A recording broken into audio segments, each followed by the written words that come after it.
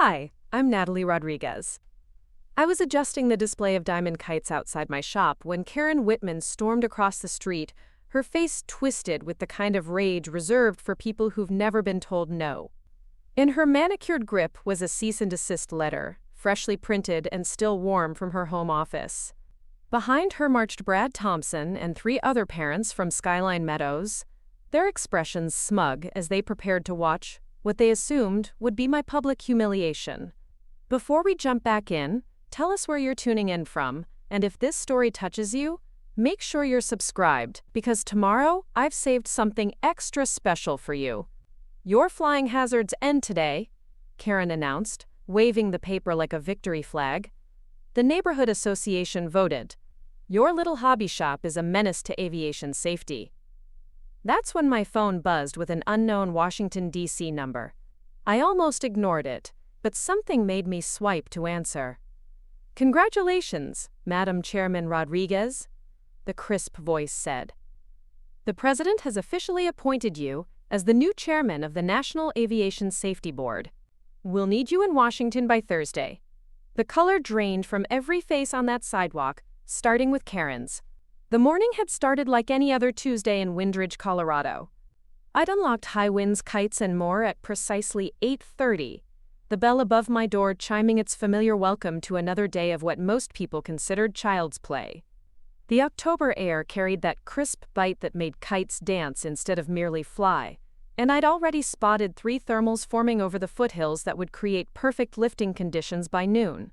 My regulars knew Tuesdays meant new inventory displays, and I took pride in arranging each kite with the precision of an air traffic controller positioning aircraft for optimal flow patterns.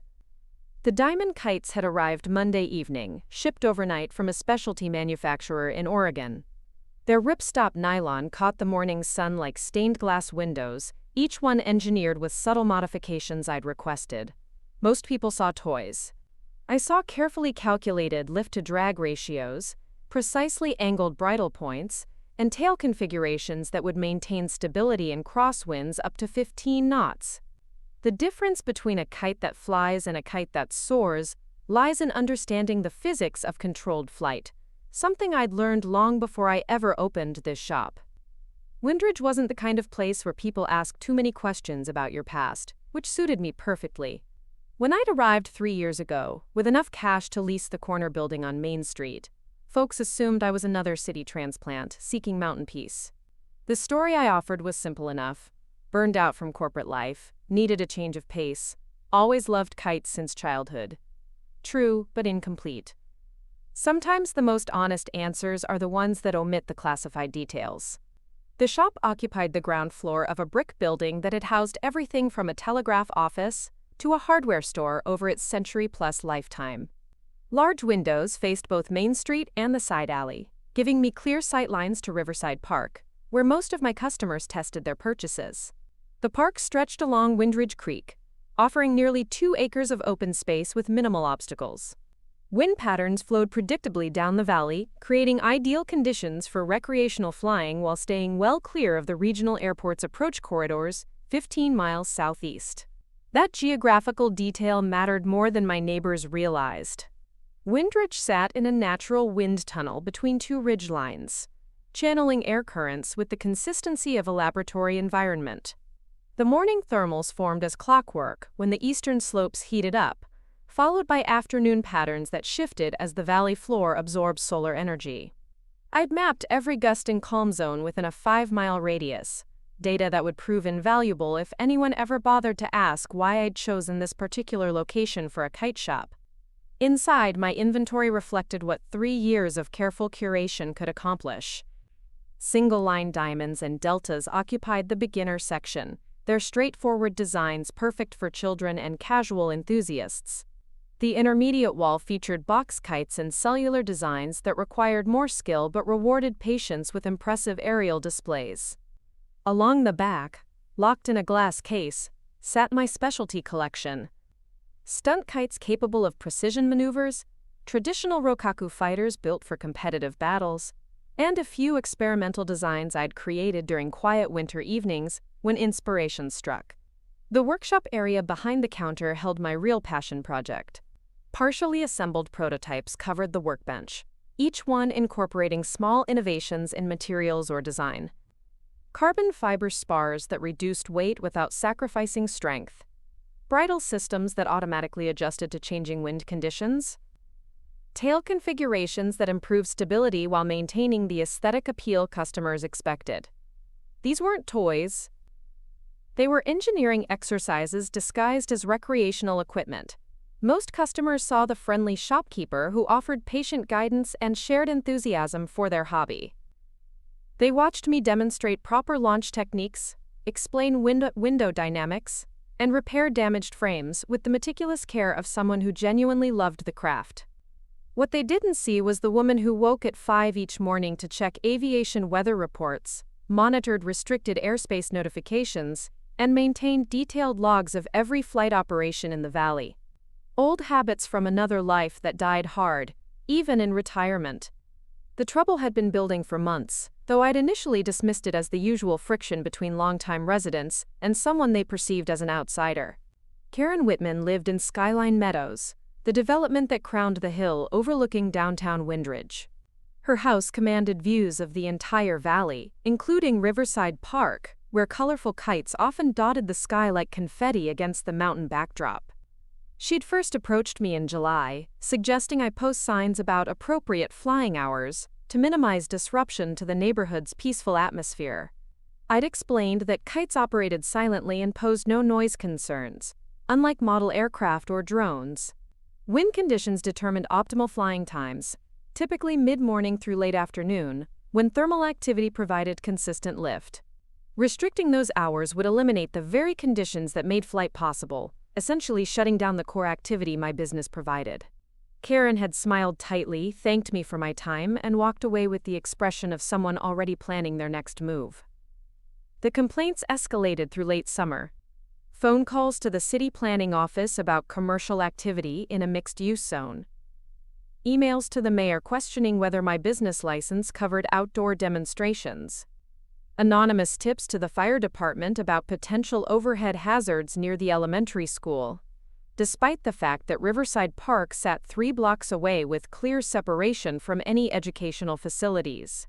Each inquiry was politely investigated and dismissed, but the pattern suggested coordination rather than coincidental concern. Brad Thompson joined Karen's campaign in September, adding his voice to homeowner association meetings where my shop became a regular agenda item. His complaints focused on property values, claiming that low-end commercial activity damaged the area's upscale reputation. The irony wasn't lost on me. Brad drove a BMW with vanity plates reading FLYBOY1 and wore aviator sunglasses regardless of weather conditions, cultivating the image of someone connected to aviation. His actual flying experience consisted of passenger miles accumulated through business travel and a discovery flight at the local airport that he'd abandoned after 20 minutes when motion sickness overwhelmed his bravado. The parents who joined their crusade brought concerns about child safety, despite the fact that kite flying represented one of the safest outdoor activities available. No motors to malfunction, no projectiles to cause injury, no speeds or forces beyond what a child could physically manage. The Consumer Product Safety Commission's data showed more injuries from playground equipment, bicycles, or sports balls than from recreational kites. But facts rarely determined opposition. Fear mongered more effectively than statistics, especially when wrapped in the language of protecting children. Their tactics grew more sophisticated through October. Karen organized petition drives, claiming hundreds of signatures from concerned citizens. Brad documented every kite in the park with his smartphone, creating time-lapse videos that he claimed showed aerial congestion during peak flying periods. Helen Foster, who served on the neighborhood council, began attending city meetings to voice formal objections during public comment periods. Their coordination suggested legal consultation, probably from the same attorney who'd helped the homeowner association establish restrictive covenants that technically couldn't apply to my grandfathered business location. The breaking point came on Monday when Karen and her allies discovered that Riverside Park fell under federal oversight due to its proximity to Windridge Creek, which connected to a waterway system that eventually reached a national forest. They'd found an obscure regulation about activities affecting navigable airspace, and twisted its language to suggest that kite flying required federal permits. Never mind that the regulation applied to structures over 200 feet tall, or that recreational kites rarely exceeded 50 feet altitude in park settings. They'd crafted a narrative that sounded official enough to intimidate local authorities into taking action. The cease-and-desist letter they'd prepared represented the culmination of their campaign. Helen Foster's brother-in-law practiced municipal law 2 counties over, providing just enough legal letterhead to make their demands appear authoritative. The document cited zoning violations, public safety concerns, and potential federal aviation infractions. It demanded immediate cessation of all outdoor kite activities and threatened civil litigation if I failed to comply within 72 hours. The language was carefully crafted to sound devastating while remaining vague about actual legal standing, betting that I'd fold rather than fight. They'd chosen Tuesday morning for maximum theatrical impact.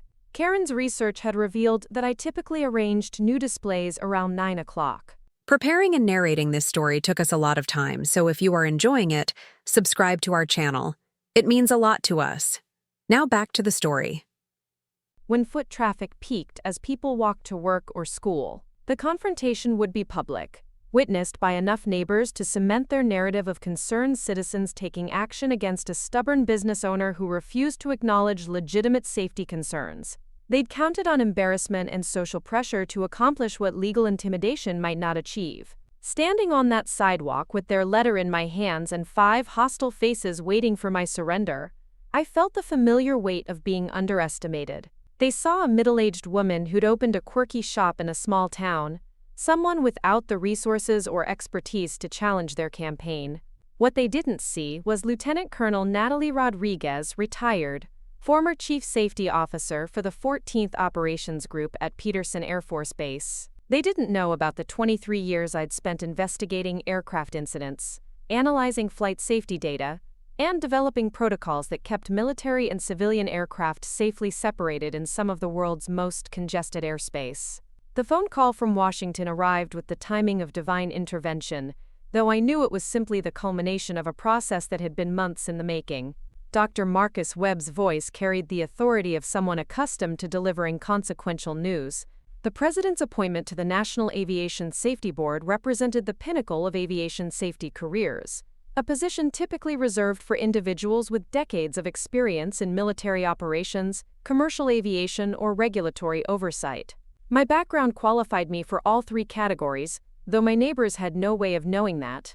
Karen's expression shifted from triumph to confusion as she processed the one-sided conversation she could hear.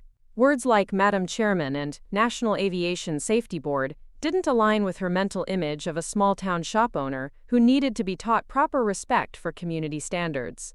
Brad's confident smirk wavered as terms like federal appointment and Washington briefings suggested a level of authority that complicated their simple narrative.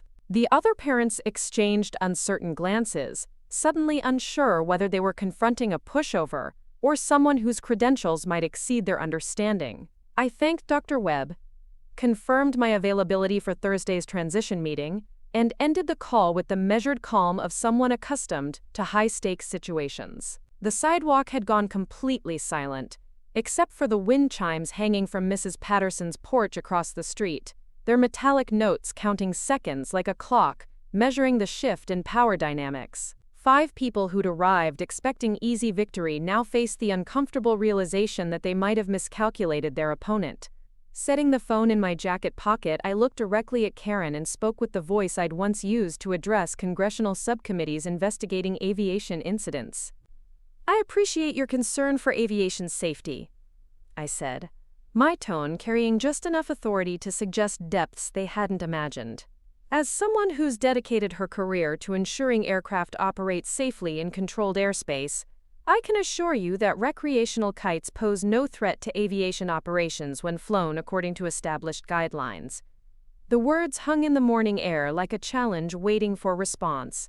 Karen clutched the cease-and-desist letter tighter, her knuckles white against the legal document that suddenly seemed less impressive than it had 5 minutes earlier. Brad's mouth opened and closed without producing sound, his aviator sunglasses unable to hide the confusion spreading across his face. Helen Foster took a half step backward, as if physical distance might protect her from whatever revelation was unfolding. The other parents looked between each other and me, their certainty evaporating like morning fog under direct sunlight. The diamond kites in my window display caught a fresh breeze and shifted position, their precise movements demonstrating the controlled flight characteristics I'd engineered into their design. Each flutter represented calculated aerodynamic principles, the same physics that governed every aircraft from ultralights to jumbo jets. These weren't random toys dancing in the wind. They were carefully designed examples of controlled flight, operating well within safety parameters that I understood better than anyone else in this mountain valley. 3 years of playing the role of friendly shopkeeper had ended with a single phone call. The woman who'd smiled patiently through zoning complaints and homeowner association meetings was gone, replaced by someone whose expertise in aviation safety exceeded anything this small town had ever encountered. Tomorrow, I'd be briefing congressional representatives on airspace management protocols and reviewing incident reports from major commercial airports. Today, I was going to teach 5 overconfident neighbors why assumptions about people's backgrounds can be dangerously wrong. The transformation wasn't dramatic or Hollywood flashy. No costume change or soundtrack cue marked the moment. Simply a subtle shift in posture, a sharpening of focus, and the quiet confidence that came from knowing exactly how much these people had underestimated their target. Karen's cease-and-desist letter represented their opening move in what they'd assumed would be a brief, one-sided game. They'd just discovered their opponent had been playing by entirely different rules from the very beginning.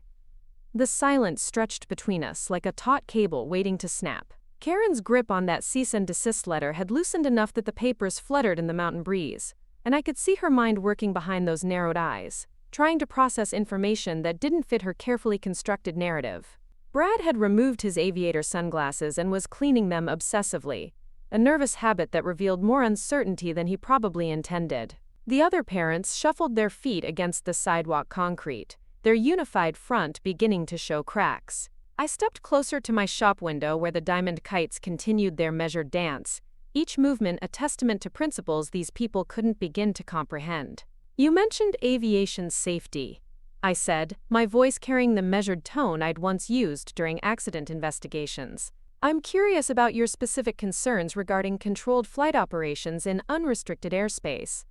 The technical language wasn't accidental. Sometimes the best way to expose ignorance is to speak the language of expertise and watch people struggle to keep up. Karen recovered first, though her response revealed the shallow research behind their campaign.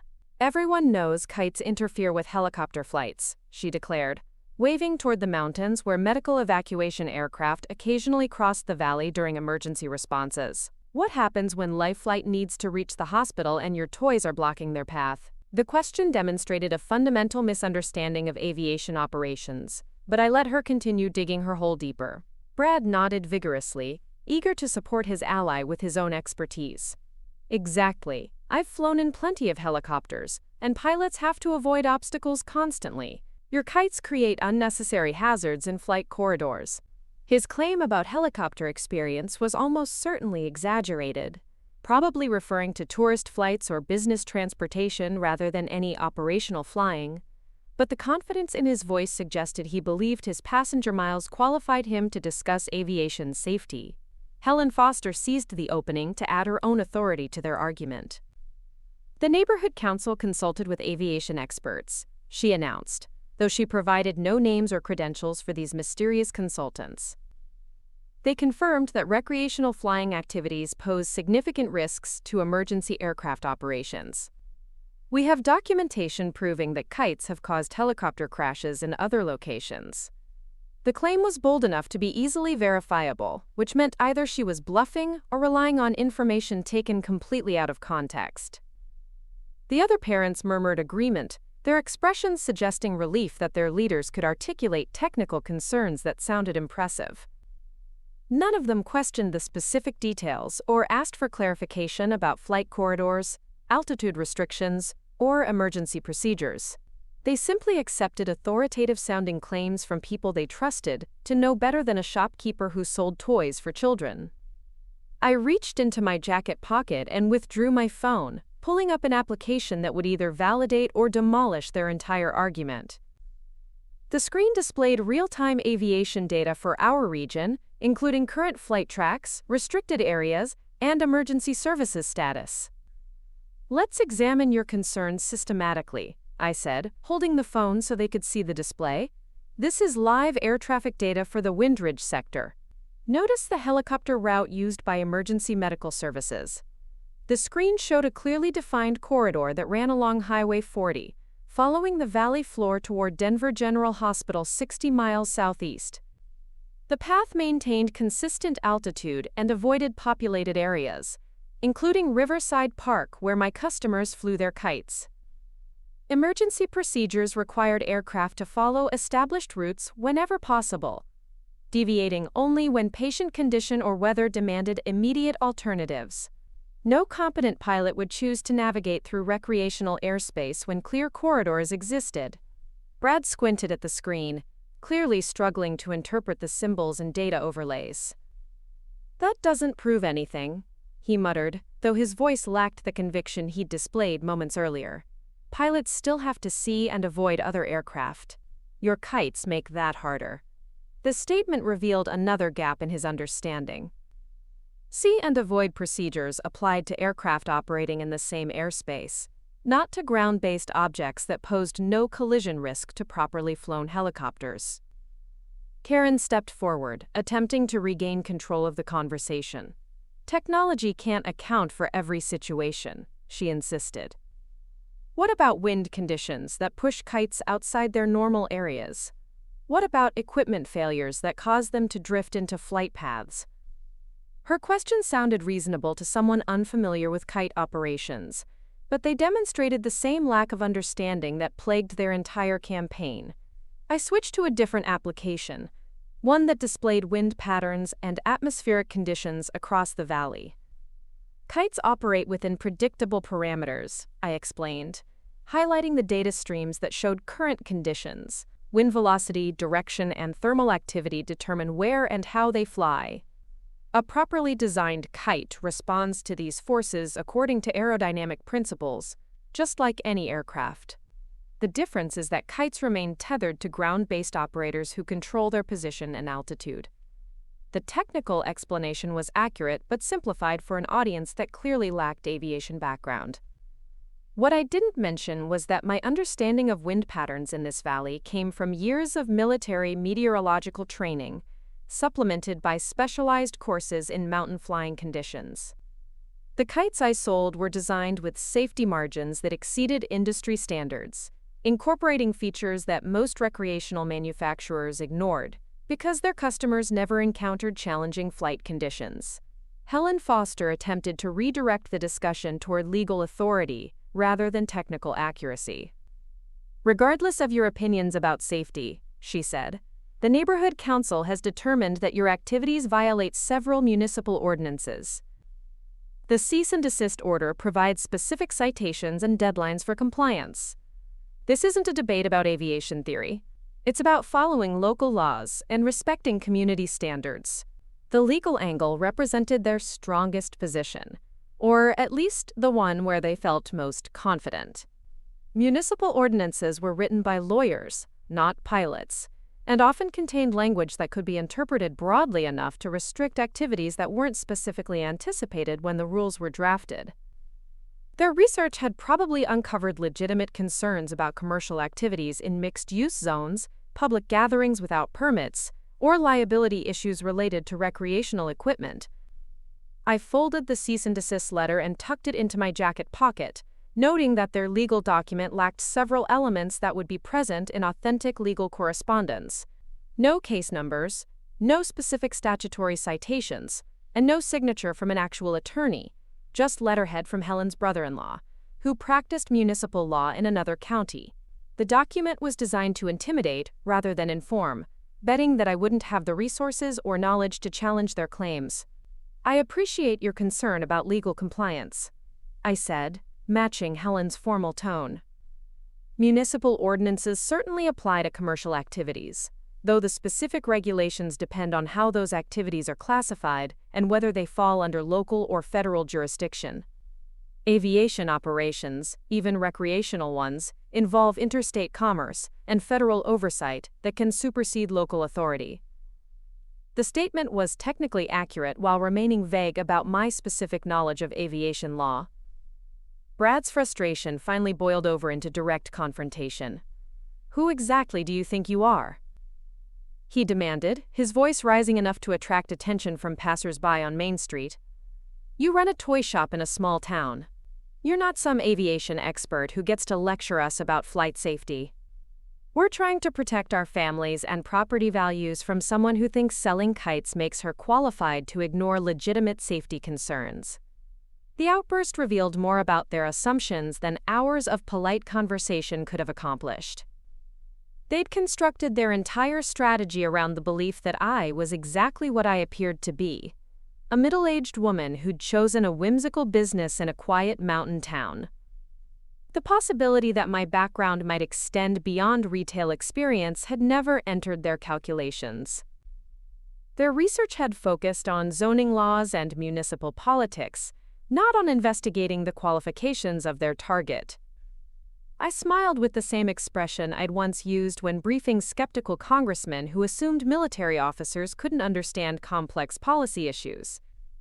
"You're absolutely right about one thing," I said, acknowledging Brad's challenge while preparing to demolish his assumptions. "Running a kite shop doesn't make someone qualified to discuss aviation safety." However, 23 years as an Air Force officer, including 6 years as Chief Safety Officer for one of the most active air bases in North America, might provide some relevant experience. The revelation landed like a precision-guided munition, destroying their narrative with surgical accuracy.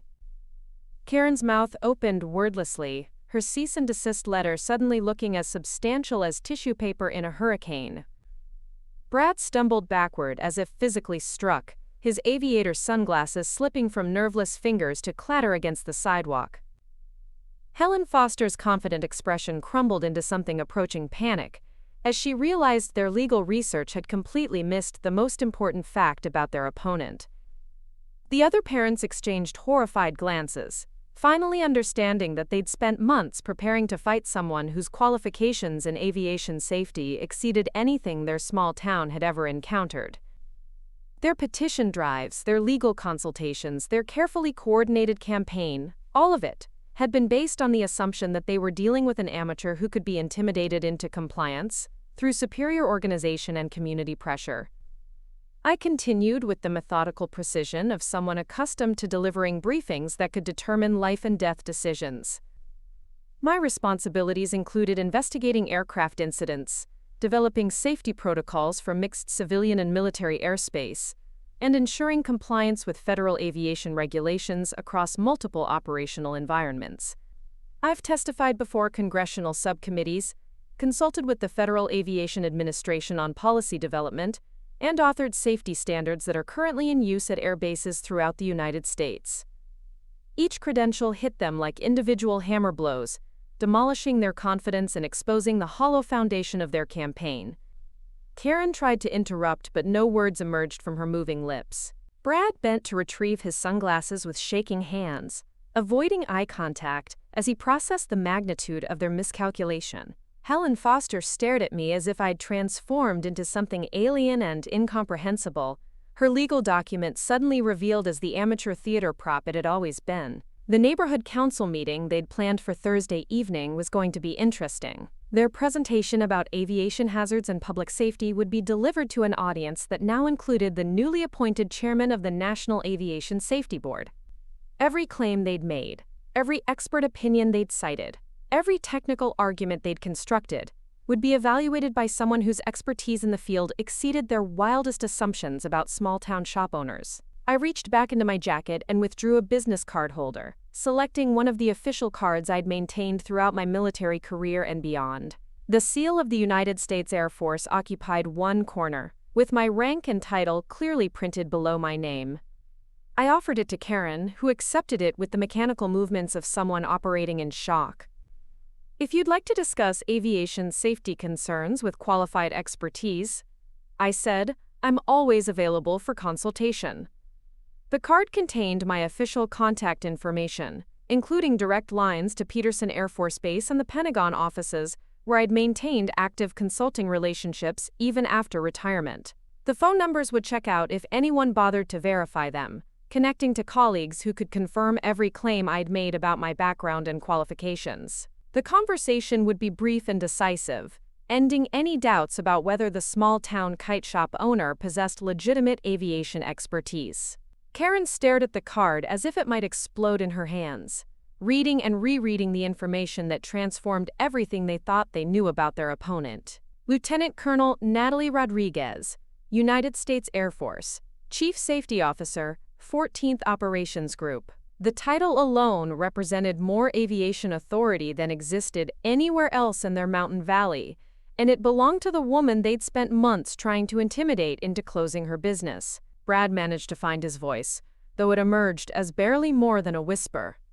"Why didn't you tell anyone?" The question revealed his struggle to reconcile my military background with my choice to operate a kite shop in Windridge. The assumption that qualified people should display their credentials prominently reflected a civilian mentality that had never encountered military personnel who preferred anonymity after retirement. I adjusted one of the diamond kites in my window display, ensuring its bridle lines maintained proper tension for optimal flight characteristics. Military service teaches you that competence speaks louder than credentials. I replied, my attention focused on the technical adjustments rather than their stunned expressions. I came to Windridge for peace and quiet, not to impress neighbors with stories about my previous career.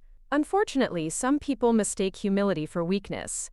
The observation struck home with devastating accuracy. Their entire campaign had been built on the assumption that I lacked the knowledge, resources, or connections to resist their pressure. They'd mistaken my preference for privacy as evidence of vulnerability, never considering that someone might choose to operate a small business precisely because they'd already achieved professional success elsewhere. The possibility that I was running a kite shop because I wanted to, not because I had no other options, had never occurred to them. Helen Foster made one final attempt to salvage their position.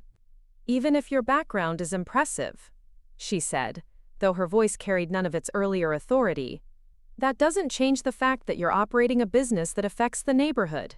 Property values and quality of life matter to people who live here permanently, not just to someone who moved here recently and might leave again when the novelty wears off."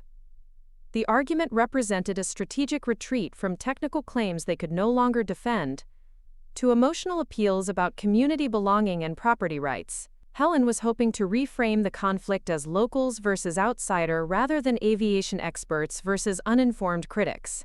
The approach might have worked if my military service hadn't included extensive community outreach and public relations responsibilities. I turned away from the kite display to face her directly, allowing the full weight of my experience to show in my expression. I spent 23 years defending communities across America and overseas, I said, my voice carrying the quiet authority that came from protecting people who would never know my name. I've seen what real threats look like, and I've helped develop systems that keep families safe from dangers they never have to worry about. Your concerns about property values are noted, but they don't override federal aviation safety standards or constitutional rights to operate legal businesses. The reference to constitutional rights added a new dimension to their legal concerns. Business ownership and property rights were protected by layers of federal law that superseded municipal ordinances, especially when those ordinances were applied selectively to target specific individuals or activities. Their cease-and-desist letter would need to survive constitutional scrutiny if they chose to pursue legal action, something Helen's brother-in-law might not have considered when drafting his intimidation document. More importantly, my federal appointment to the Aviation Safety Board would bring congressional oversight and media attention to any legal proceedings involving aviation-related activities. Senators and representatives would be interested in hearing why a small-town neighborhood council was harassing their newly appointed aviation safety expert, especially if that harassment involved frivolous legal actions designed to restrict legitimate business operations. The political implications were finally becoming clear to them. Karen clutched my business card while staring at the phone number for Peterson Air Force Base, probably imagining the conversations that might result from calling that number. Brad had retreated several steps from our group, his aggressive posture replaced by the careful neutrality of someone trying to avoid further confrontation. Helen Foster's legal confidence had evaporated completely, leaving behind someone who suddenly realized their municipal ordinances might not protect them from federal oversight. The other parents began drifting away without formal goodbyes, their part in this drama concluded now that their leaders had been exposed as poorly informed amateurs. They'd joined the campaign because they trusted Karen and Brad to know what they were doing, not because they possessed independent expertise in aviation safety or business law. With their leaders clearly outmatched, continuing the fight offered nothing but potential liability for anyone foolish enough to persist. I returned my attention to the kite display, making minor adjustments while allowing the silence to stretch. The morning breeze had shifted slightly, creating new lift patterns that would affect flight characteristics later in the day. My customers would need to adjust their launch techniques accordingly, something I'd mentioned during their pre-flight briefings. The technical considerations involved in successful kite operations far exceeded what most people realized, but that complexity was exactly what made the activity intellectually satisfying. Karen finally found her voice, though it emerged strained and uncertain. "What happens now?" she asked, clutching the business card like a lifeline that might save her from drowning in consequences she'd never anticipated. The question revealed her complete surrender of initiative, transforming from aggressor to supplicant in the space of a single conversation. I checked my watch and noted that the morning's confrontation had consumed nearly an hour that I'd planned to spend on inventory management and customer service. The day's schedule would need adjustment to accommodate the disruption they'd caused, though the long-term benefits of establishing clear boundaries probably justified the time investment. "Now you go home and explain to your neighbors why their petition drive was based on incomplete information," I said, my tone suggesting that their research failures were their problem to solve. The dismissal was polite but final, indicating that I considered our business concluded. They'd presented their concerns, I'd addressed them with appropriate expertise, and their legal document had been revealed as ineffective theater. Any further harassment would need to escalate to actual courts with real judges, who could evaluate the merits of their claims against federal aviation law and constitutional protections. Brad managed to ask one final question before retreating completely. "Are you really going to Washington?" The inquiry suggested he still hoped some part of their morning's revelations might prove exaggerated or misleading. Perhaps the phone call had been staged, or my military credentials were outdated, or the Aviation Safety Board appointment was less significant than it sounded. I smiled with genuine warmth for the first time since their confrontation began. Thursday morning briefing with the Secretary of Transportation. I confirmed, providing specific details that could be easily verified through public records. Congressional oversight hearing on Friday to discuss new safety protocols for drone operations in controlled airspace. Should be an interesting week. The information was accurate and would soon become public knowledge as my appointment was announced through official channels. The final revelation completed their education in the dangers of making assumptions about people's backgrounds. They'd awakened that morning confident in their ability to intimidate a small business owner into compliance with their demands. They were ending it faced with the reality that they'd challenged someone whose authority in aviation safety would soon extend to every airport, airline, and flight operation in the United States. Karen tucked my business card into her purse with movements that suggested she wasn't sure whether to keep it as evidence or burn it as a reminder of her humiliation. Brad retrieved his aviator sunglasses and walked away without another word, his FLYBOY1 vanity plates suddenly looking more ridiculous than impressive. Helen Foster gathered the scattered papers of her cease-and-desist order and followed the others towards Skyline Meadows, leaving behind the first defeat of what had promised to be an easy victory. I returned to arranging diamond kites in my window display, adjusting each one until their positions created an aesthetically pleasing pattern that also demonstrated proper flight spacing for group operations. The morning's interruption was concluded, but its effects would ripple through Windridge for months to come. Word would spread that the quiet kite shop owner possessed credentials that exceeded anyone's expectations, and future conflicts would need to account for that reality. The phone in my jacket buzzed with another call from Washington, probably Dr. Webb, with additional details about Thursday's transition meetings. The real work of my new appointment was just beginning, but it would proceed from a foundation of respect rather than the patronizing dismissal I'd endured for 3 years. Sometimes the best way to teach people about making assumptions is to let them discover their mistakes through direct confrontation with reality. Wednesday morning arrived with the crisp clarity that only October in the Rockies could deliver. I stood in my shop at 5:30, coffee steaming beside the cash register, while I reviewed the aviation weather briefing on my laptop. Surface winds light and variable, visibility unlimited, ceiling and visibility okay. Perfect conditions for the kind of precision flying that would soon become central to my new responsibilities in Washington. More immediately, ideal weather for the demonstration I'd been planning since yesterday's sidewalk confrontation. The phone had rung 6 times between closing yesterday and opening this morning.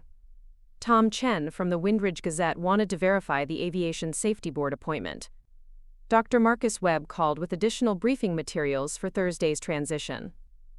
3 separate reporters from Denver television stations somehow obtained my number, though I declined their requests for interviews until my federal position became official. Most interesting was the call from Mayor Patricia Hendricks, wondering if I might have time for coffee before my Washington departure. Coffee with the mayor represented exactly the kind of political maneuvering I'd hoped to avoid by choosing small-town retirement, but circumstances had changed. My federal appointment would bring scrutiny to Windridge whether I sought it or not, and managing that attention required coordination with local officials who understood the benefits of positive media coverage. The mayor's invitation suggested she recognized the opportunity my presence represented for the town's reputation. I locked the shop and drove the 12 minutes to City Hall, a modest brick building that housed Windridge's entire municipal government in 4 rooms and a basement archive. Mayor Hendricks waited in her office with 2 cups of coffee and a folder thick enough to contain serious documentation. Her expression combined curiosity with the careful neutrality of someone navigating unfamiliar political waters. "I have to admit," she began after we'd exchanged pleasantries, "yesterday's revelation about your background came as quite a surprise. In 3 years, you never mentioned military service or aviation expertise." Her tone carried no accusation, just the bewilderment of someone discovering that a familiar neighbor possessed hidden depths she'd never suspected. I sipped the coffee, noting that she'd chosen a good local roast rather than the institutional swill that typically filled government offices. Small details revealed character, and Patricia Hendricks clearly understood that hospitality could influence the tone of difficult conversations. Military personnel learn to integrate into civilian communities without broadcasting their service record, I explained. The goal is becoming a contributing neighbor, not the local expert who gets consulted about every problem remotely connected to their former profession. She nodded understanding, though her next question suggested deeper concerns about the political implications of my presence.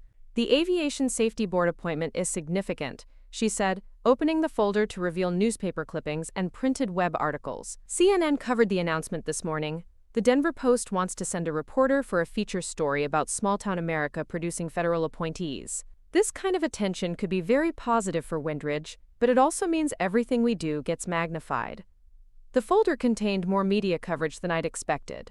My appointment apparently filled a news cycle gap, providing journalists with an interesting angle about qualified women achieving high-level positions in traditionally male-dominated fields. Several articles mentioned Windridge specifically, describing my kite shop as evidence that expertise could emerge from unexpected places. The coverage was uniformly positive, but Patricia's concern about magnification was legitimate. "The neighborhood council situation worries me," she continued, producing a different set of documents from the bottom of her folder. "Karen Whitman filed formal complaints about your business yesterday afternoon, apparently before she knew about your federal appointment. Now those complaints are part of the public record just as media attention intensifies. The timing creates potential embarrassment for everyone involved." I reviewed the complaint documents while considering the mayor's political position.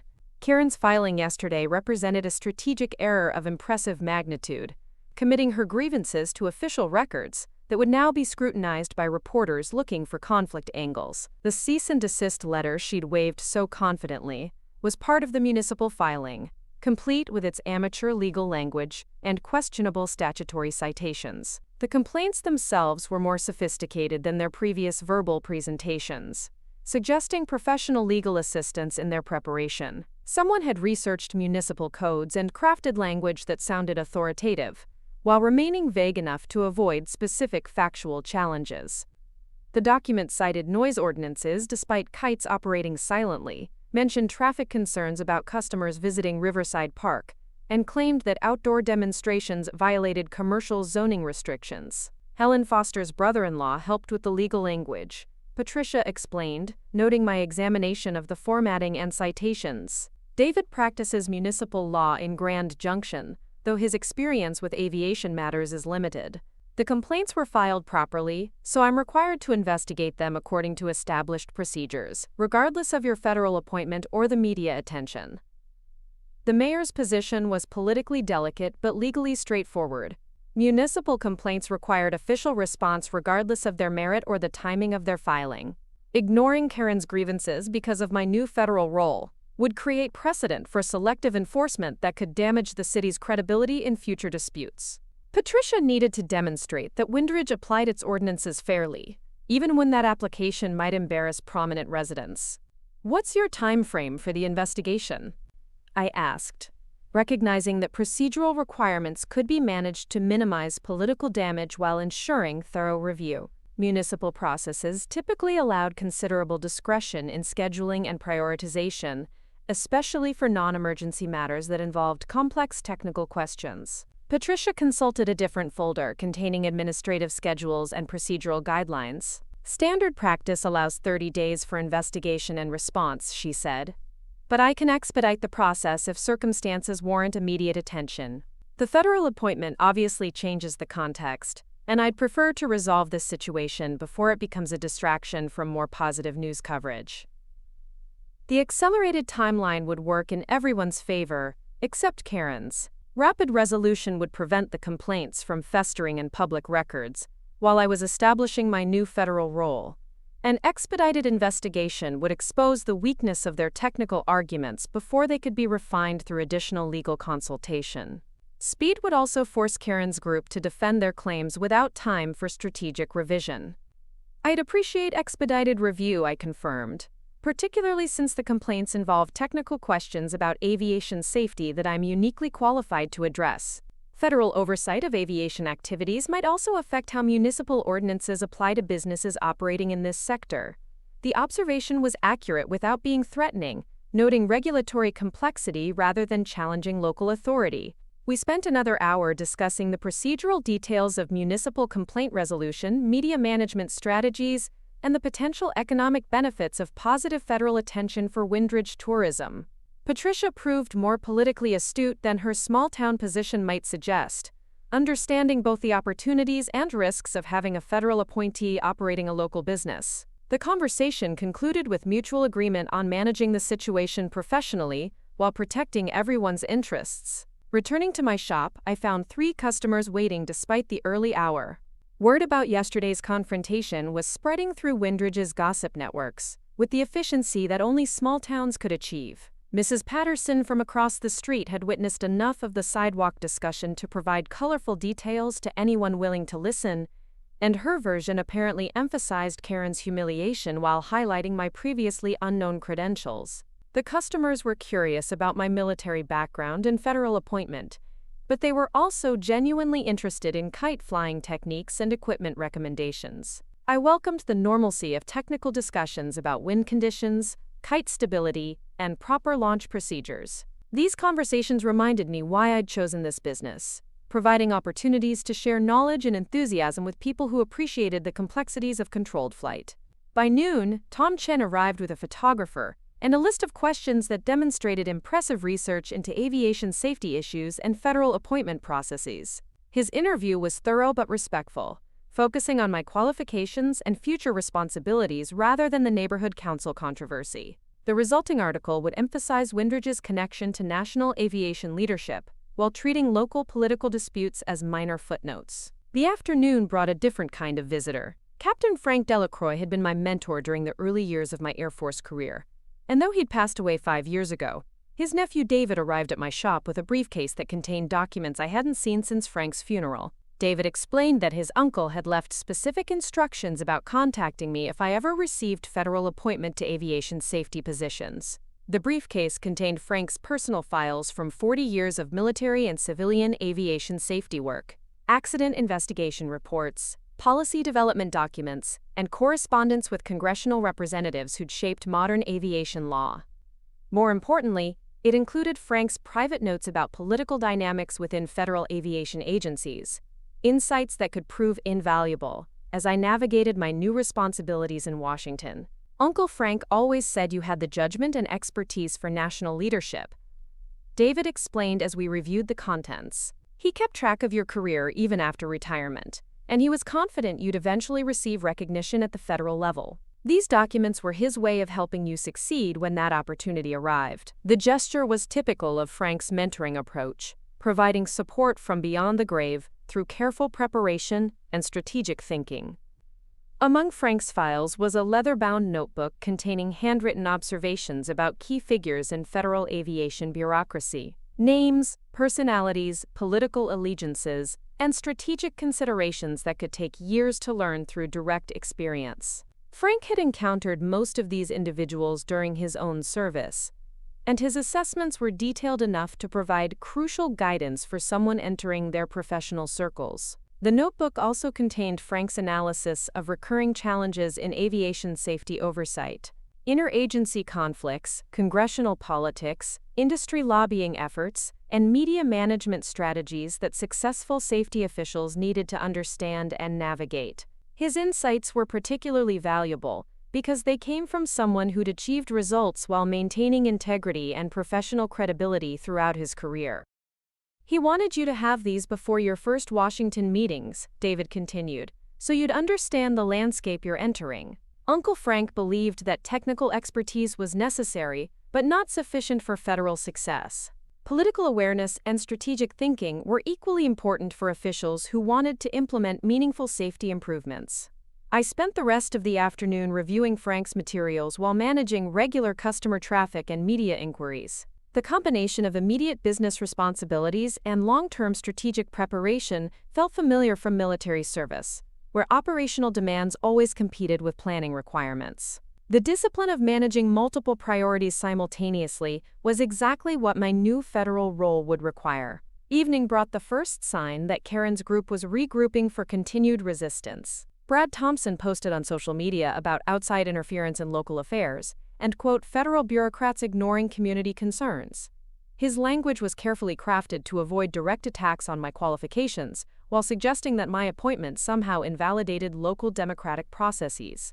Helen Foster's response was more sophisticated, focusing on procedural questions about business licensing and zoning compliance. Her posts emphasized respect for federal service while arguing that military credentials didn't exempt anyone from local ordinances. The approach was politically smarter than Brad's, acknowledging my expertise, while maintaining that municipal authority superseded federal appointment in local business regulation.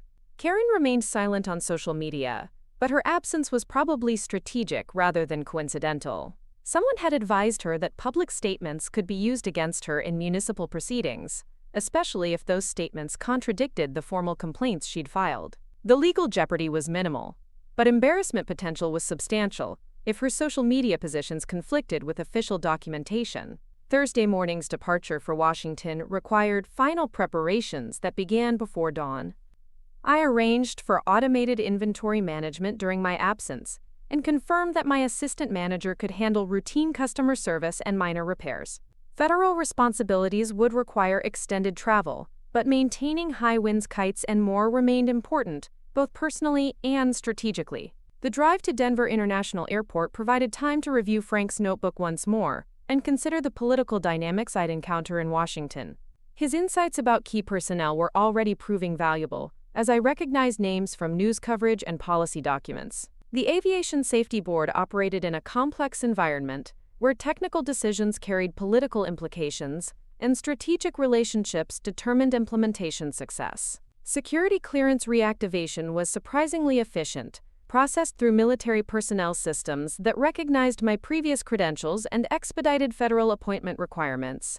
The background investigation would continue during my initial months of service, but interim clearance allowed immediate access to classified briefing materials and sensitive policy discussions. The flight to Reagan National Airport was routine, though fellow passengers included several individuals who recognized my name from news coverage and wanted to discuss aviation safety issues. The conversations were generally supportive and demonstrated genuine public interest in improving safety oversight. Media attention was creating positive momentum for the work ahead, assuming I could translate public support into effective policy implementation. Dr. Marcus Webb met me at the airport with a car service that navigated Washington traffic, while he provided preliminary briefings on immediate priorities and upcoming meetings.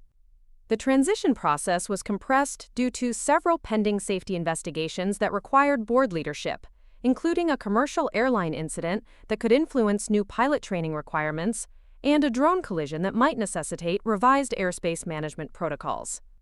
The Aviation Safety Board headquarters occupied a modern building that housed one of the most sophisticated accident investigation facilities in the world.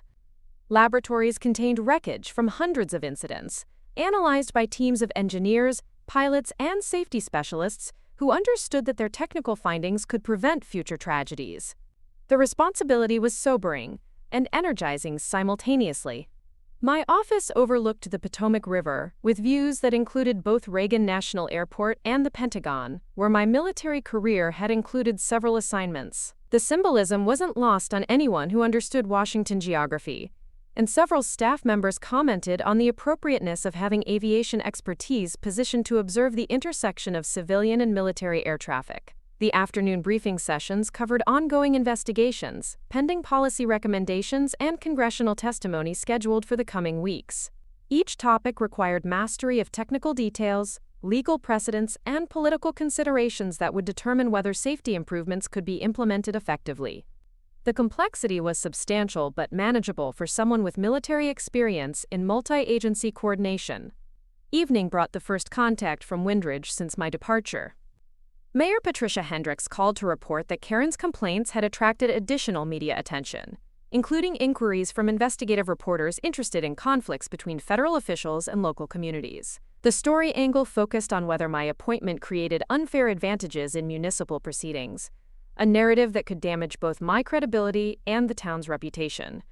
"I'm expediting the investigation as we discussed," Patricia explained, "but the media attention means everything we do gets scrutinized by reporters who don't understand local politics or aviation regulations."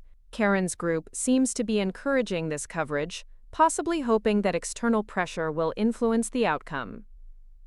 The development was unfortunate but predictable, representing exactly the kind of political complication that Frank's notebook had warned against. The solution required careful coordination between federal responsibilities and local issues, ensuring that my Aviation Safety Board duties weren't compromised by continuing disputes in Windridge, while demonstrating that federal appointment didn't exempt me from legitimate municipal oversight.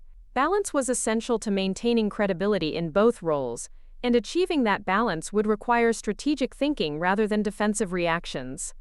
Friday's congressional oversight hearing provided the first public test of my federal credentials and political judgment. The testimony went well, with representatives from both parties asking substantive questions about aviation safety priorities and expressing confidence in my qualifications for board leadership. Several members specifically mentioned positive media coverage about my background and appointment, suggesting that public relations momentum was supporting rather than undermining my effectiveness. The hearing also provided an opportunity to address questions about local community involvement and the importance of federal officials maintaining connections to the citizens they serve. My responses emphasized that serving Windridge residents through high winds, kites, and more provided valuable perspective on how federal regulations affected small businesses and rural communities. The explanation resonated with representatives from similar districts and reinforced the narrative that my appointment brought grassroots credibility to federal safety oversight. Saturday's return flight to Denver included time to review the week's developments and plan strategic responses to ongoing challenges in Windridge. Frank's notebook had proved invaluable for navigating Washington politics, and his guidance would continue to influence my approach to balancing federal responsibilities with local citizenship. The combination of technical expertise, political awareness, and strategic thinking was proving effective for both roles. The drive back through the mountains provided perspective on the distance between Washington's political complexity and Colorado's straightforward problems. Karen's complaints and media attention seemed minor compared to federal investigation responsibilities and congressional oversight requirements. However, managing local issues effectively was essential for long-term success in both positions, and the coming week would determine whether that management could be achieved through professional competence rather than political maneuvering. Windridge looked exactly the same as I'd left it Thursday morning, but my perspective had changed through exposure to federal responsibilities and national media coverage. The small-town disputes that had seemed significant earlier now appeared manageable through systematic application of expertise and careful attention to procedural fairness. Karen's group had made strategic errors that could be addressed through professional demonstration rather than defensive argumentation. Monday morning brought unseasonably warm weather to Windridge, the kind of October day that made residents remember why they'd chosen mountain living despite winter's inevitable arrival. I arrived at my shop to find 3 television news vans parked along Main Street and a cluster of reporters interviewing passers-by about their opinions on federal officials operating local businesses. The media circus had expanded beyond my expectations, transforming what should have been a routine municipal complaint resolution into a regional news story with national implications. Tom Chen from the Windridge Gazette approached as I unlocked my door, his expression mixing professional curiosity with genuine concern about the situation's escalation. Channel 7 aired a segment last night about conflicts of interest in small-town politics, he explained, holding up his phone to show a news clip featuring Karen Whitman discussing her concerns about federal influence in local governance. She's positioning this as a constitutional issue rather than a neighborhood dispute. The video clip was professionally produced, suggesting Karen had received media training or public relations assistance since our sidewalk confrontation the previous week. Her presentation emphasized themes of local democracy and community self-determination while carefully avoiding direct criticism of my qualifications or federal appointment. The approach was politically sophisticated, framing her complaints as principled stands against governmental overreach rather than personal grievances about kite flying activities. Karen's media strategy was creating exactly the kind of political complication that Frank Delacroix's notebook had warned against.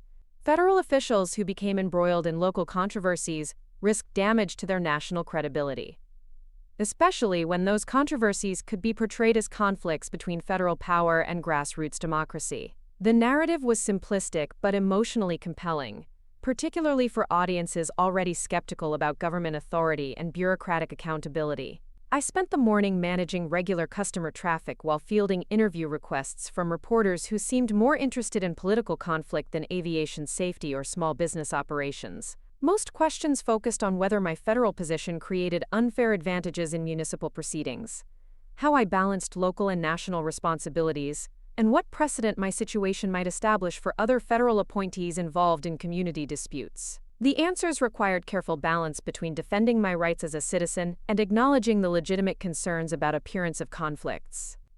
I emphasized that municipal complaint procedures applied equally to all residents regardless of their employment, that my aviation expertise was relevant to technical questions about flight safety, and that federal appointment didn't exempt anyone from local ordinances when those ordinances were legally valid and fairly applied. By noon, the situation had attracted attention from Washington media outlets that specialized in government ethics and political controversy.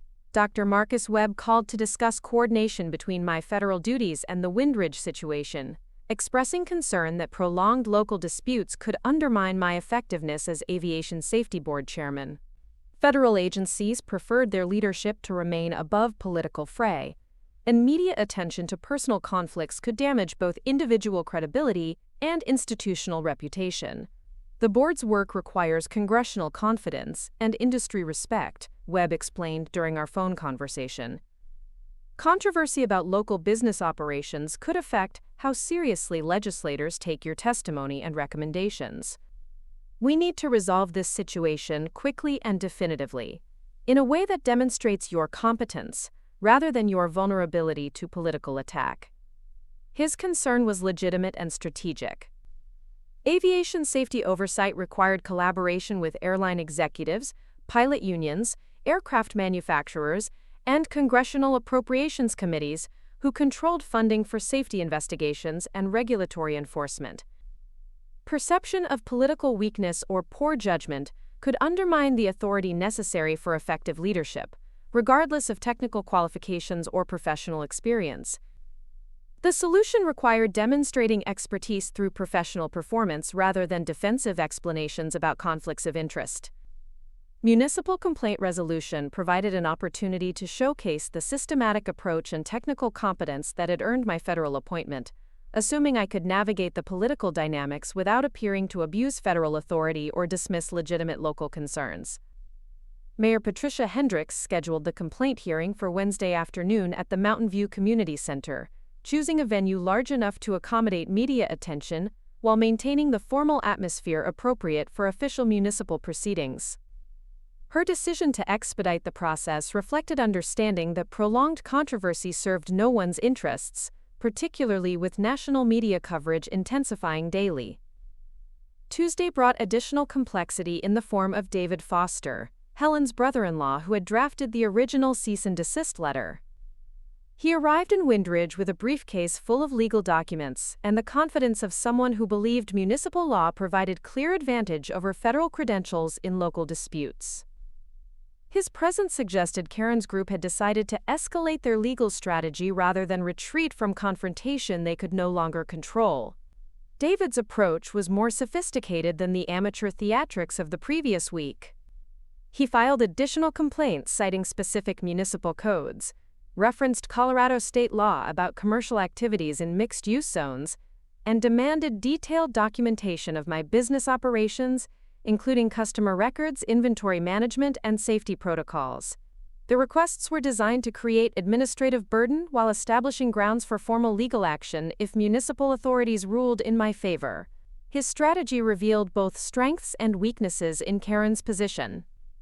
The legal documentation was professionally prepared and procedurally correct, demonstrating that they were committed to pursuing formal resolution, rather than relying on intimidation or social pressure. However, the focus on municipal technicalities ignored federal jurisdiction over aviation activities and constitutional protections for lawful business operations. I spent Tuesday evening reviewing the complaint documents with Frank Delacroix's notebook open beside me, searching for insights about managing legal challenges while maintaining federal credibility.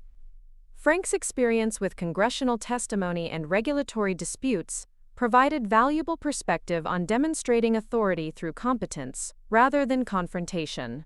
His approach emphasized thorough preparation, systematic presentation, and letting expertise speak louder than defensive arguments. The notebook contains specific guidance about handling situations where technical expertise conflicted with political pressures. Frank had faced similar challenges during his federal service, including congressional hearings where representatives questioned his judgment and industry lobbying designed to undermine safety regulations. His success came through consistent demonstration that his positions were based on objective analysis rather than personal opinion or bureaucratic preference. Wednesday morning's preparation began before dawn, with a comprehensive review of all documentation related to my business operations, aviation safety protocols, and federal jurisdiction over flight activities. The hearing would provide an opportunity to educate both municipal authorities and media observers about the technical realities of kite operations while addressing legitimate concerns about business compliance with local regulations. My presentation materials included wind pattern analyses for the Windridge Valley, safety protocols for recreational flying activities, documentation of federal aviation regulations that governed kite operations, and testimony from customers who had received flight instruction at my shop. The evidence was organized systematically to demonstrate that high winds kites and more operated according to professional standards that exceeded industry requirements and municipal expectations. The technical documentation served multiple purposes beyond addressing specific complaints. Media coverage would include details about aviation safety expertise applied to recreational activities, demonstrating the practical value of federal appointment, while showcasing systematic approaches to risk management. Congressional staff who monitored news coverage would see evidence of competent leadership and professional judgment under pressure. David Foster's arrival at the community center with a wheeled briefcase and 2 assistants suggested he was prepared for extended legal proceedings. His setup included laptop computers, document projectors, and professionally bound presentation materials that indicated significant financial investment in pursuing Karen's complaints. The display was designed to impress observers with the seriousness of their legal arguments while creating visual contrast with my smaller collection of technical documents. Karen, Brad, and Helen arrived together, their expressions combining confidence with nervousness about the media attention their complaints had generated. Local television crews were already positioning cameras and conducting interviews with residents who had gathered to observe the proceedings. The crowd included customers from my shop, neighbors curious about the controversy, and political activists attracted by coverage of federal-local conflicts. Mayor Patricia Hendricks opened the hearing with remarks about due process, municipal authority, and the importance of fair resolution regardless of the participants, backgrounds, or political connections. Her tone was professionally neutral while emphasizing that federal appointment didn't influence municipal complaint procedures. The statement was aimed at media observers who were monitoring for evidence of preferential treatment or political bias. David Foster presented the complaints with legal precision that demonstrated professional competence while revealing strategic limitations. His arguments focused on zoning compliance, business licensing requirements, and public safety concerns that avoided direct confrontation with federal aviation jurisdiction. The approach was tactically smart but strategically incomplete, addressing peripheral issues while ignoring central questions about aviation expertise and flight safety.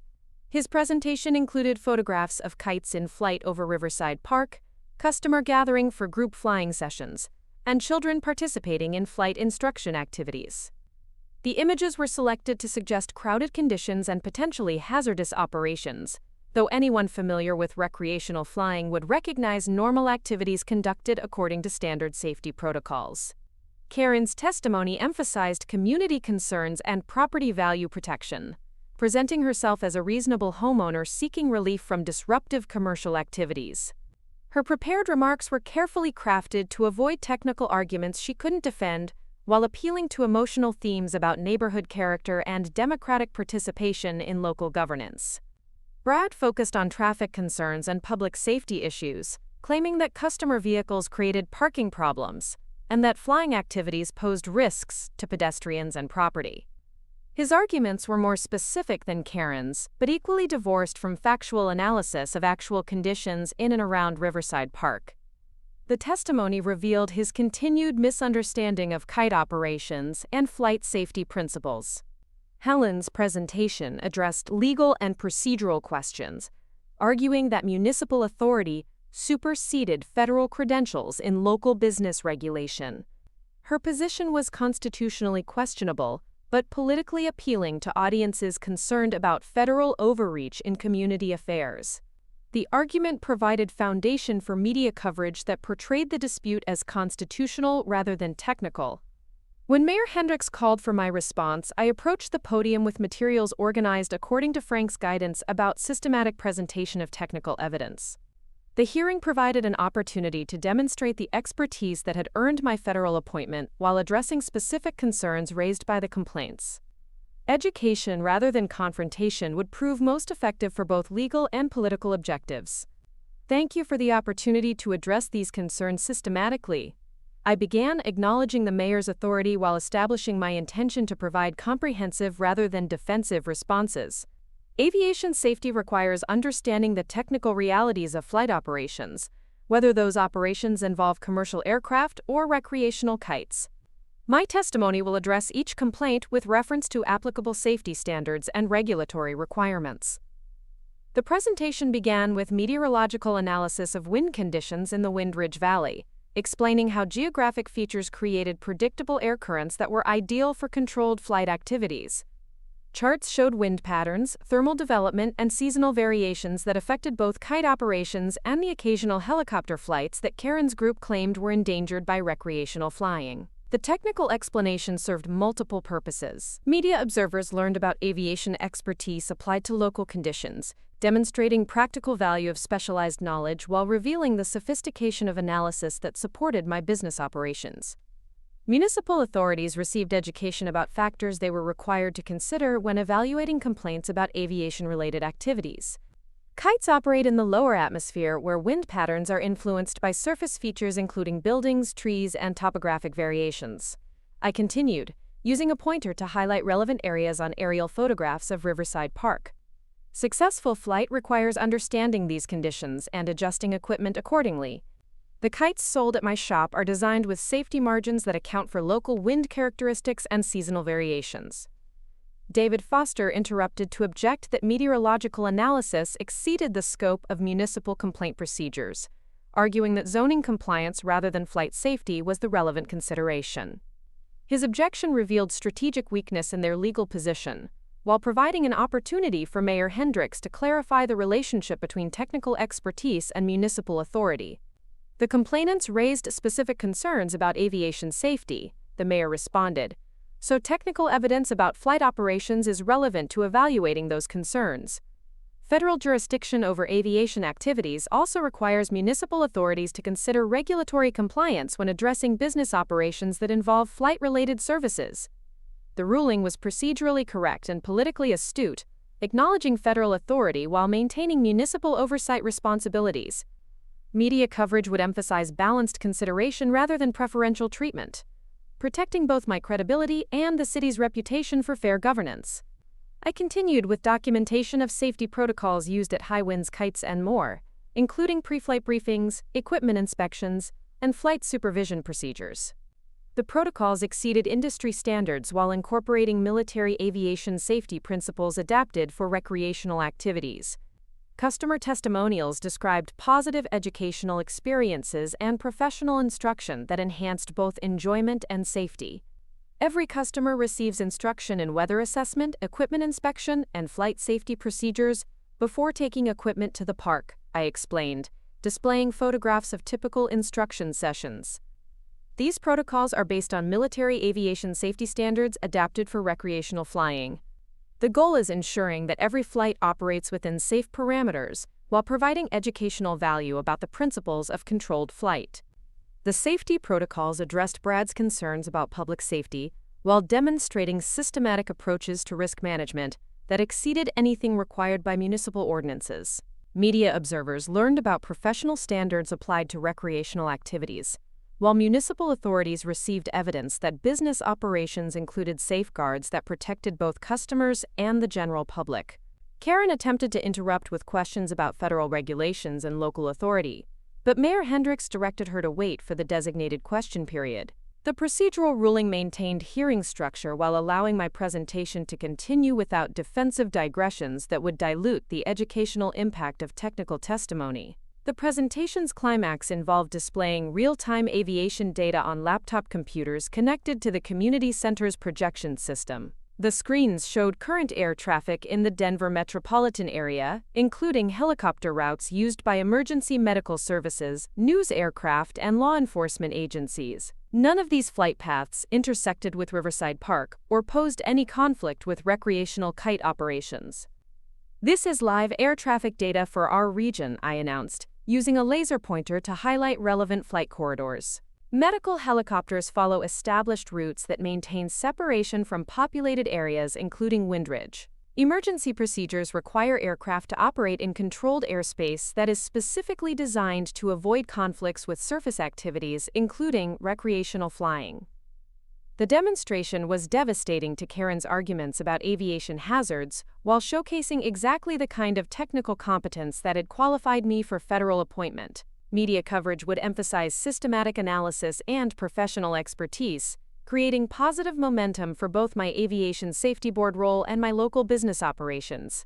David Foster's cross-examination focused on procedural questions about business licensing and zoning compliance, avoiding technical challenges he couldn't win while attempting to establish violations of municipal requirements. His questions were professionally prepared but ultimately irrelevant to the aviation safety concerns that had motivated the original complaints. "Do you maintain required documentation for commercial flight instruction activities?" he asked, reading from prepared notes that suggested extensive legal research. Municipal code requires specific permits for businesses that provide educational services involving potentially hazardous activities. The question revealed both legal sophistication and strategic desperation. Kite flying instruction wasn't regulated by municipal permits because it didn't involve motorized aircraft or hazardous materials. but the question sounded authoritative enough to create doubt among observers unfamiliar with aviation law. David was hoping to establish technical violations that could support legal action regardless of safety considerations. Recreational kite instruction doesn't require municipal permits under Colorado's state law or federal aviation regulations.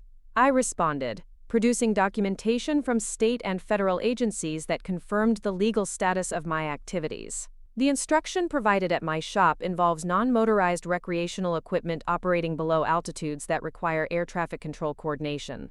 Mayor Hendricks requested copies of the regulatory documentation for the municipal record, establishing official evidence that my business operations complied with all applicable legal requirements. David's strategy was collapsing as his procedural challenges were met with systematic evidence of regulatory compliance and professional competence. The hearing's conclusion involved formal statements from each party followed by Mayor Hendricks' preliminary ruling based on evidence presented during the proceedings. Karen's final statement emphasized community concerns and democratic participation while avoiding technical arguments she couldn't defend. Brad focused on neighborhood character and property values, themes that resonated with some residents but ignored the legal requirements for municipal complaint resolution. David Foster's closing argument represented his group's strongest legal position, emphasizing municipal authority over local business operations, while acknowledging federal jurisdiction over aviation safety. His presentation was professionally competent, but ultimately unsuccessful because it failed to establish violations of applicable regulations or demonstrate actual safety hazards from my business activities. My closing statement summarized the technical evidence while emphasizing commitment to both federal service and local community participation. The presentation balanced defense of my business operations with acknowledgement of legitimate municipal oversight authority, demonstrating respectful cooperation with local government while maintaining professional standards based on aviation expertise. High Winds Kites and More operates according to safety standards that protect customers and the general public, while contributing to Windridge's economy and community character. I concluded, addressing both technical and political dimensions of the dispute. My federal appointment reflects recognition of aviation expertise that benefits both national safety oversight and local business operations. I remain committed to serving both responsibilities with the professionalism they deserve.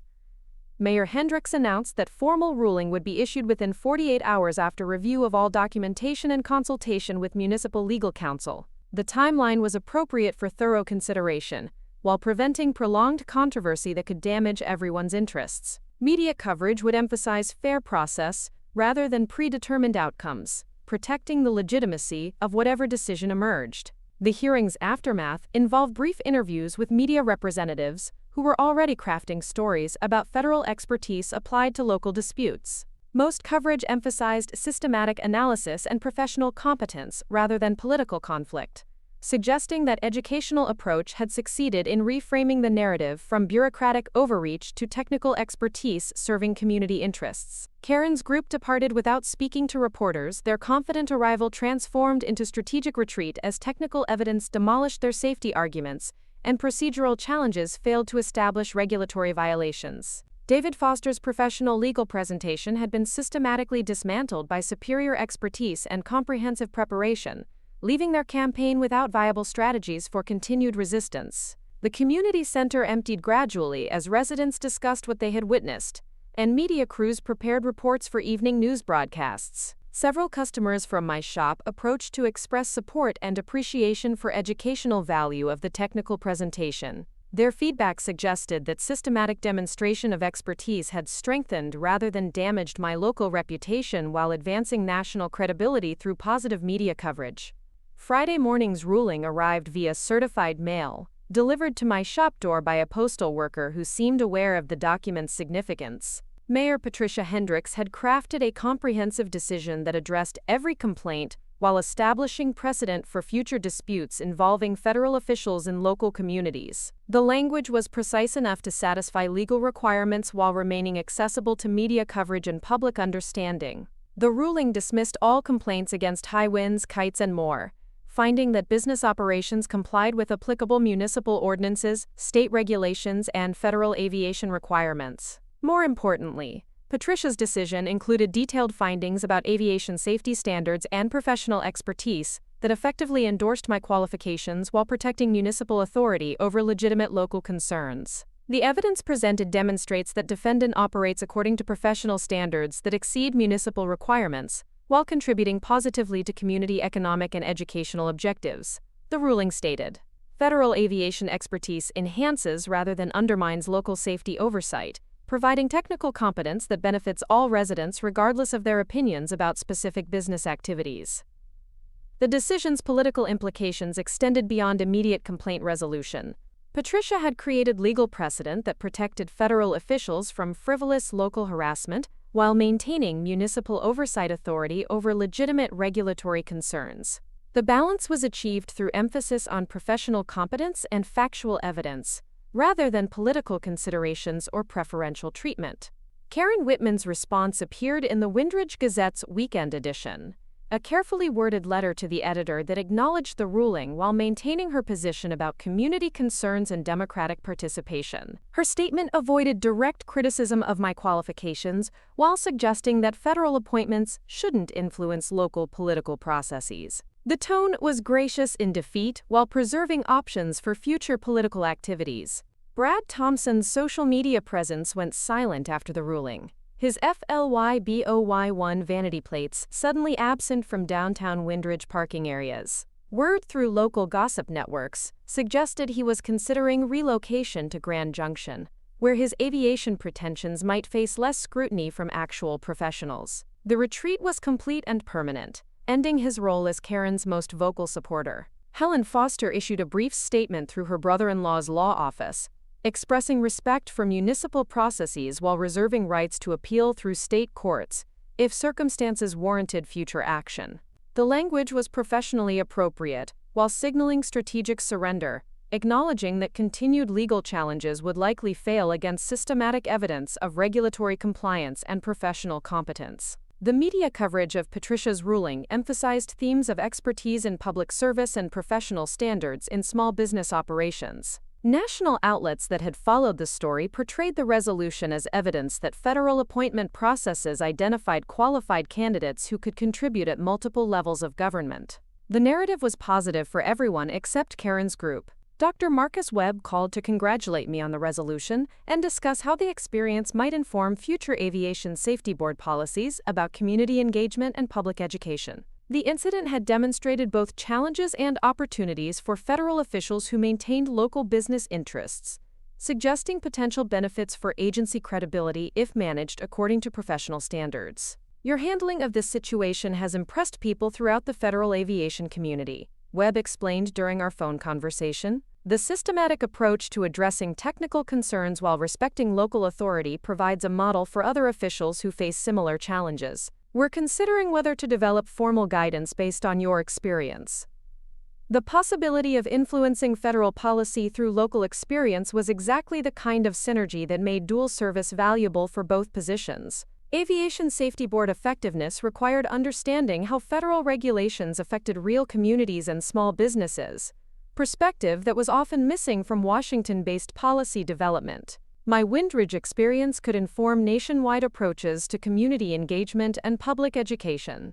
Monday brought the first indication that the controversy's resolution was creating positive momentum for both my federal role and local business operations. Congressional staff members who monitored media coverage of federal appointees had noted the systematic way technical expertise was applied to community concerns. Several representatives requested briefing materials about aviation safety education and public outreach strategies. The shop experienced unprecedented customer traffic as residents who had avoided involvement during the controversy felt safe to express support for both my business and federal service. Many customers were curious about the technical aspects of kite flying that had been highlighted during the hearing, leading to increased demand for advanced equipment and professional instruction services. Mrs. Patterson from across the street visited to apologize for initially supporting Karen's complaints before understanding the full situation. Her honesty was refreshing and representative of community members who had been influenced by one-sided presentations but changed their positions when exposed to complete information. The conversation reinforced lessons about public education and transparent communication. "I never realized how much science was involved in flying kites," she admitted, while examining a competition-level stunt kite in my display case. "Karen made it sound like you were just selling toys and creating problems for everyone." The hearing showed that you really know what you're doing and care about safety more than anyone expected. Her feedback reflected broader community response to systematic demonstration of professional competence. Residents who had initially viewed my shop as frivolous commercial activity now understood that it represented serious application of aviation expertise to recreational education. The transformation in public perception was complete and permanent, establishing foundation for long-term success in both federal and local roles. Tuesday's mail brought a handwritten letter from Captain Sarah Mitchell, a former colleague from Peterson Air Force Base who had followed media coverage of the Windridge situation. Her message provided perspective on how the incident was being discussed within military aviation circles and offered insights about managing dual civilian-federal responsibilities. Your handling of the local complaints has become a case study in our leadership development program, Sarah wrote. The systematic approach to technical challenges while maintaining political neutrality demonstrates exactly the kind of judgment we try to develop in officers who might transition to federal civilian roles. Several of us are considering similar paths after retirement. The letter was gratifying personally while highlighting broader implications for military-civilian career transitions. Federal agencies needed experienced personnel who understood both technical requirements and political dynamics, skills that were often developed during military service but not always effectively translated to civilian responsibilities. My experience might encourage other qualified veterans to consider federal appointment opportunities. Wednesday brought the first official recognition of the controversy's positive resolution from Washington. The White House Office of Personnel Management issued a brief statement praising professional handling of local community relations by federal appointees, specifically mentioning the importance of technical expertise in public service and education. The recognition was politically valuable while avoiding specific details that might reopen controversial discussions. The Aviation Safety Board's weekly staff meeting included discussion of community outreach strategies based on lessons learned from my Windridge experience. Several board members were interested in developing similar programs that would improve public understanding of aviation safety, while demonstrating agency commitment to transparent communication with affected communities. The systematic way you addressed technical concerns while respecting local political processes provides a template for other board members who encounter community questions about our work, explained Dr. Jennifer Walsh, the board's Director of Public Affairs. We're drafting guidance about engaging with local officials and media representatives when our investigations or recommendations affect specific communities. The policy development represented exactly the kind of institutional learning that made challenging experiences worthwhile for long-term career effectiveness. Personal difficulties could be transformed into professional assets when handled according to systematic principles and strategic thinking. Frank Delacroix's notebook had proved invaluable for achieving that transformation, and his guidance would continue to inform my approach to future challenges. Thursday's congressional testimony about drone regulation policy provided an opportunity to reference community engagement lessons learned during the Windridge dispute. Representatives were impressed by concrete examples of how federal officials could maintain local connections while serving national responsibilities effectively. Several members requested additional information about balancing federal authority with community concerns. The testimony was well received across party lines, with Republican representatives appreciating emphasis on constitutional principles and Democratic members endorsing systematic approaches to technical problem solving. Bipartisan support was essential for Aviation Safety Board effectiveness, and the positive response suggested the controversy resolution had enhanced rather than damaged my congressional credibility. Friday's return to Windridge felt different from previous homecomings after Washington travel. The community center where Patricia had conducted the hearing now hosted my monthly aviation safety presentation for local pilots and aircraft owners, an educational program that had grown from 6 participants to more than 30 since the complaint resolution.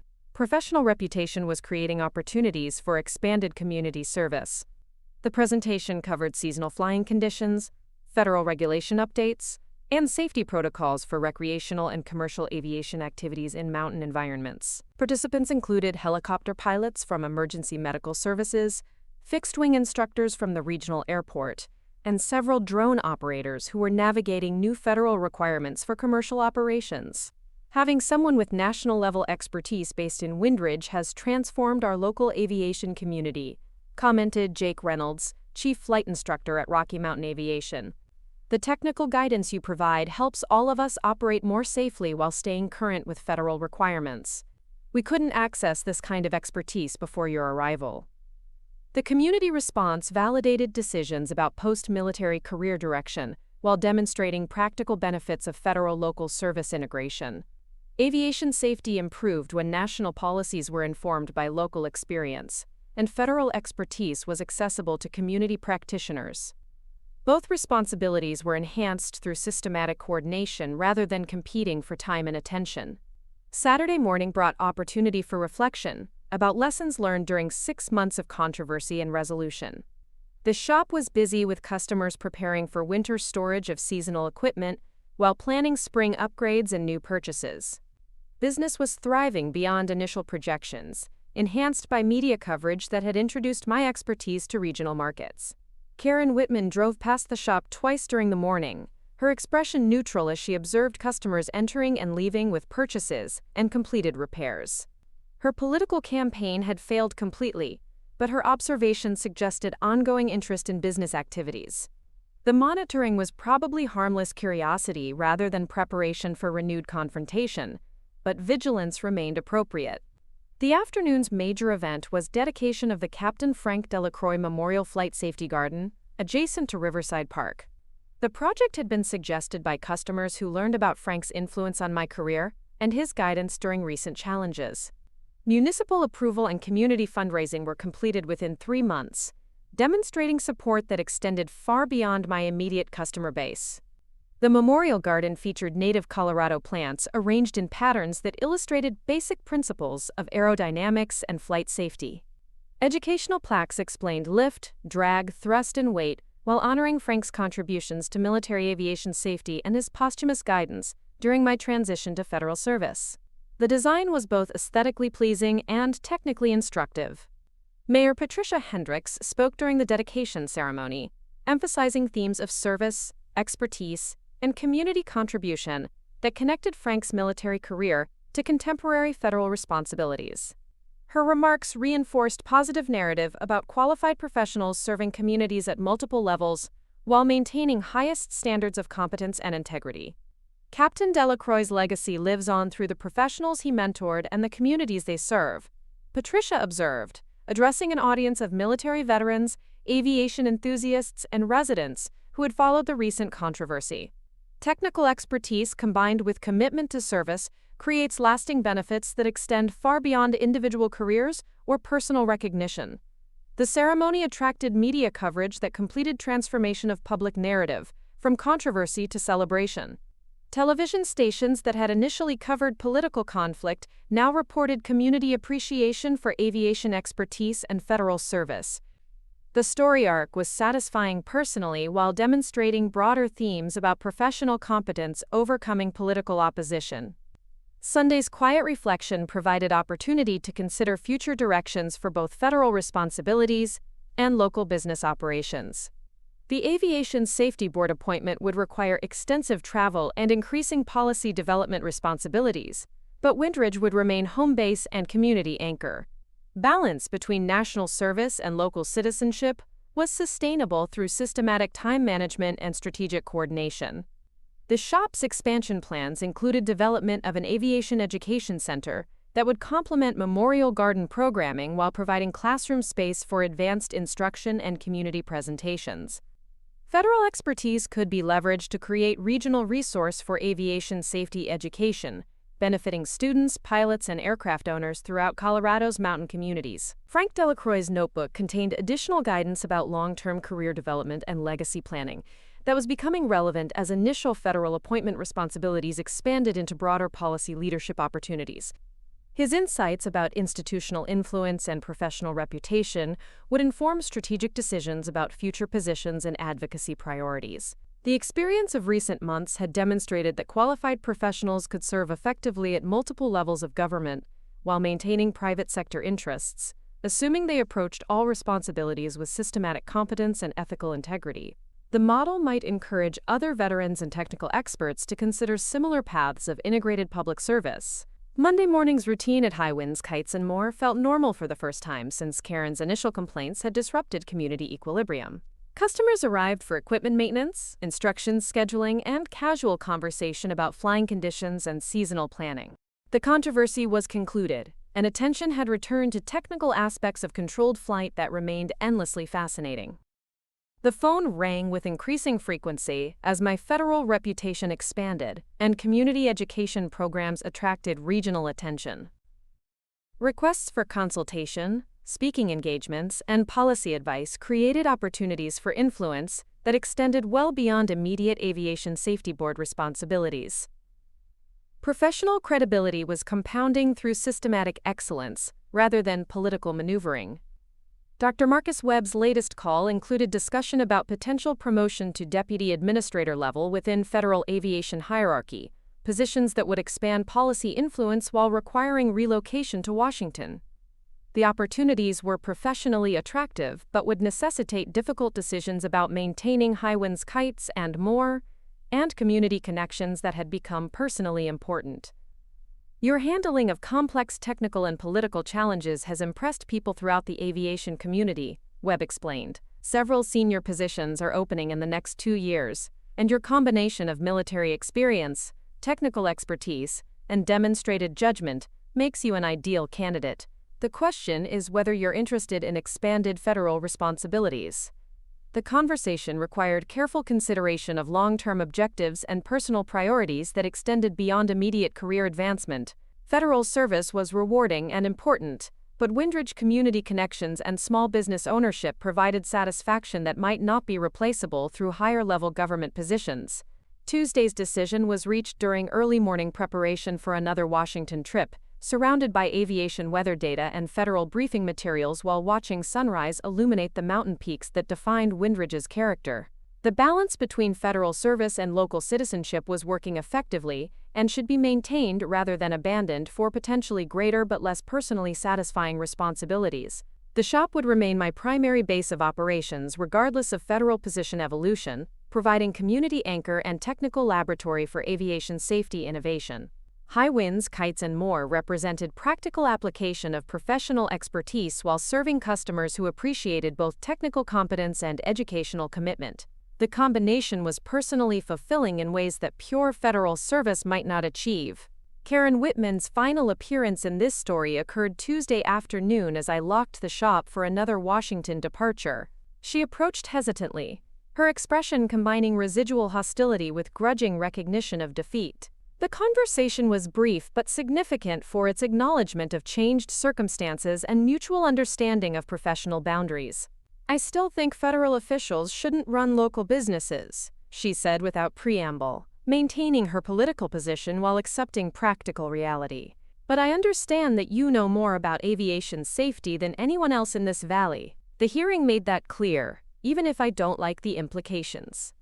Her statement represented graceful surrender by someone who had fought according to her principles but accepted evidence-based resolution when her technical arguments were systematically refuted. The acknowledgement was respectful without being apologetic, maintaining dignity while recognizing superior expertise and professional competence. "Community concerns deserve serious consideration regardless of who raises them," I replied, matching her tone while emphasizing mutual respect and democratic principles. Federal service requires understanding how national policies affect real communities. Your questions helped clarify important issues about balancing federal authority with local governance. The exchange concluded their campaign definitively while establishing foundation for future coexistence based on professional respect rather than personal friendship. Karen would probably never become a customer or supporter, but she would also not renew organized opposition to business operations that were now clearly established as legitimate and beneficial community resources. The drive to Denver International Airport provided time for final reflection on transformation, from controversial newcomer to respected community member and federal official. The journey had required systematic application of professional expertise, strategic political management, and consistent demonstration of competence under pressure.